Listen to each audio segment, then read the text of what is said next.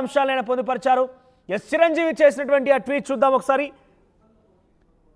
Chiranjeevi tweet కనుక చూస్తే ఈ వ్యాఖ్యలు చాలా ఇబ్బందికరంగా ఉన్నాయి. ఒక మహిళా మంత్రిగా ఉంటున్న మీరు ఈ రకంగా వ్యాఖ్యానించడం చాలా ఇబ్బందికరంగా ఉంది. సో సాఫ్ట్ కార్నర్గా ఉన్నటువంటి సినిమా ఇండస్ట్రీ పైన ఏది పడితే అది మాట్లాడి ఎవరు పడితే వారు మాట్లాడడం, మా యొక్క అభిప్రాయాలను మా యొక్క వ్యక్తిగత జీవితాలను కూడా రోడ్డున పడేసి మీ యొక్క స్వార్థం కోసమో రాజకీయ అంశం కోసమో లేకుంటే మీ ఎదుగుదల కోసమో వినియోగించుకోవడం అనేది కామన్గా మారిపోయింది. ఇటువంటి సమయాల్లో మన సినిమా ఇండస్ట్రీ మొత్తం ఏకం కావాలి. ఇటువంటి విషయాలను డెఫినెట్గా ఖండించాలి, మనమంతా కలిసి వాటిపై పోరాడాలన్నట్టుగా ఆయన ట్వీట్ చేశారు.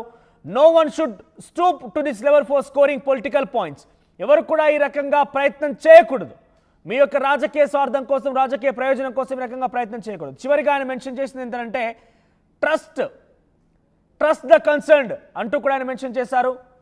సో అంటే ఇక్కడ ఎవరైతే ఈ వ్యాఖ్యలు చేశారో ఆ వ్యాఖ్యలు చేసిన వారు వెంటనే దాన్ని తిరిగి తీసుకోకపోతే, దాన్ని ఉపసంహరించుకోకపోతే బాగుండదు, ఉపసంహరించుకుంటారని నేను కోరుకుంటున్నానంటూ ఆయన మెన్షన్ చేశారు.